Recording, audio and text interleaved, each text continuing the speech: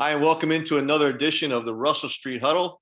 I'm Tony Lombardi with Russell Street Report, and today I'm being joined by Frank Schilling, the Director of Marketing for Royal Farms. Frank, welcome into the Huddle. How are you? Thanks, Tony. Very well, thanks. Thanks for having me. So I do want to talk about Royal Farms because it's become so iconic in the Baltimore area, particularly with your Royal Farms chicken. But there's a lot of other things I know that you guys are doing really well these days, and we'll get to that. But before we do, I wanted to talk a little bit of Ravens with you because I know that's one of your hobbies, one of your passions, and let's get right to it. So we just came through the bye. I don't know about you, Frank, but last weekend seemed so long without football. Sure did. Yep. So we're through 7 games. The Ravens, they took a week off and they found themselves in first place. So now they're through 7 games. Assess for me, if you could, the season so far.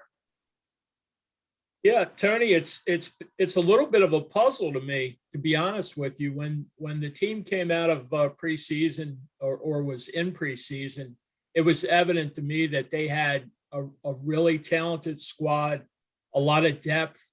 I felt really good about where the team was. Obviously, we've won a bunch of preseason games consecutively, for what that's worth, but there were some tough roster decisions to make.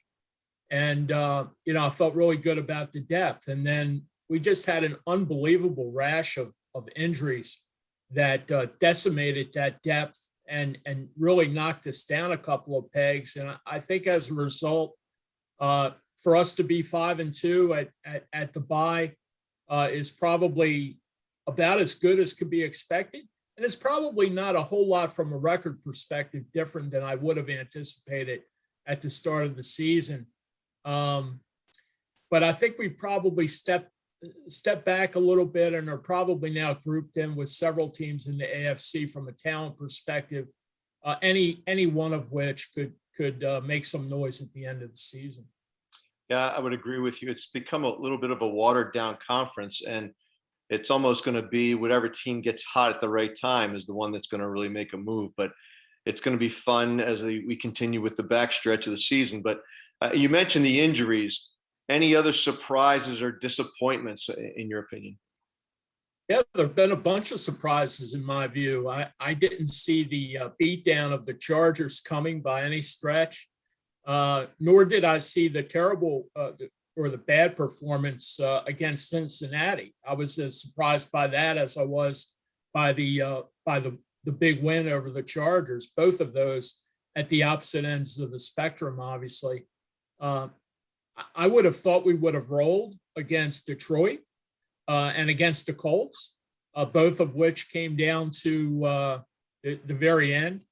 So I was a little surprised by that as well. Again, from a record standpoint, 5-2 is probably about what any of us would have predicted, give or take. That being said, I guess one big surprise and disappointment at this point has been the performance of the defense. Yeah, I would agree with that completely. I hate to trash those guys. I wasn't necessarily anticipating a reincarnation of the 2000 or 2003 or 2006 vintage Ravens defenses, but I thought that they'd be fundamentally sound, stout against the run, and would get enough pressure on the quarterback to allow the back end to play well. And I've been really disappointed with the defense all in all. I think it's putting an extraordinary amount of pressure on Lamar on the offensive side of the ball. And other than maybe Deshaun Elliott, a lot of the guys on the defense just either they don't bring the thunder. Nobody's scared of the Ravens anymore. And for 20 years, I think the Ravens had this sort of defense that intimidated a lot of people. And I don't think anybody's afraid of the Ravens defense right now. And I'm concerned about that. I'm saddened by that as a fan. Yeah, it's almost like it's in the DNA of the Ravens for them to have great defense, and the fans have embraced that. We like the rough and tough type of team, and that's not who they are. And there was a day when if the Ravens took the lead with under 4 minutes to play, the game was over. Over. Now you're like, we need the ball back because they're So, other than the defense, any other concerns moving forward in the 2021 season? Well, it's running game. Running game. You know, it sort of goes to the defense, right? Our DNA as a franchise has been an intimidating defense amongst the best in the league, and a solid running game. Control the clock, control the time of possession, win that battle, and get out with a win.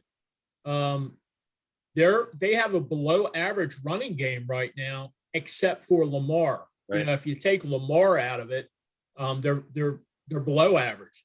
Lamar's an extraordinary athlete and does some incredible things both through the air and on the ground. But I'm concerned about the lack of running, the running attack, and a little bit surprised that we didn't try to make a deal. Eric didn't make a deal before the deadline to try to get us Mac or somebody else, because the guys that we have now, a couple of them, it's pretty apparent that their best days are well behind them now, and I just don't see the sort of speed or explosiveness, especially trying to get outside. It's almost painful to watch these guys try to get around the corner. So despite it all, despite the injuries, despite the struggles of the defense, despite the fact that the Ravens are running the football well, do you still think they're going to make the playoffs? Yeah, I am. So I do, and you know, I'm a fan first and foremost. So I'm like every other fan. I'm going to point out their deficiencies and I guess complain about their weaknesses. But I think they're still amongst the best teams in the conference. And as long as we've got number 8 behind center, you know, I've been watching football a very long time, and you know, I've seen Lamar do some things that frankly I had never seen before, and it's great to watch. It's a lot of fun. You know, I read I guess John Menadakis's article about appreciating what you're watching and whatnot, and yeah, I couldn't agree with them more. I mean, we're very fortunate to have the Ravens and to have enjoyed the quality of football that we've watched for 25 years now. So, yeah, I think we've got a good shot, Tony. Yeah, John wrote a really nice article, and it was about appreciation, folks. If you haven't seen it, it's on Russell Street Report, and it's about perspective. But one thing we might also take for granted too, Frank, is the guy who is the spokesperson for Royal Farms, and that is Justin Tucker. You watch some of these other kickers around the league and things that we take for granted. Like I might go get a beer during a commercial break before he even kicks the extra point. I don't think every town in the NFL is doing that. But talk about him at Royal Farms and what you guys are doing new there at Royal Farms. Yeah, sure. So, yeah, we're very fortunate to have a relationship with Justin Tucker. You know, goes back several years, and you know, he's a great guy. He's great to work with, and we were fortunate with Haloti as well, and you know, got lucky and selected the right guys to partner with or whatever. But you know, Justin's on a sort of a Hall of Fame trajectory, despite the fact that I guess there's maybe only one kicker in the Hall right now. Right. I'd like to think that Justin could get in there one day. You know, that 66-yarder was mind-blowing, and the guy's just an incredible weapon. In fact, I was surprised that Harbaugh didn't use Justin. I guess it was in the Cincinnati game, might have been the week before, but he could have lined up for about a 57-yarder, I guess. And I'm thinking, why you've got this weapon that nobody else enjoys.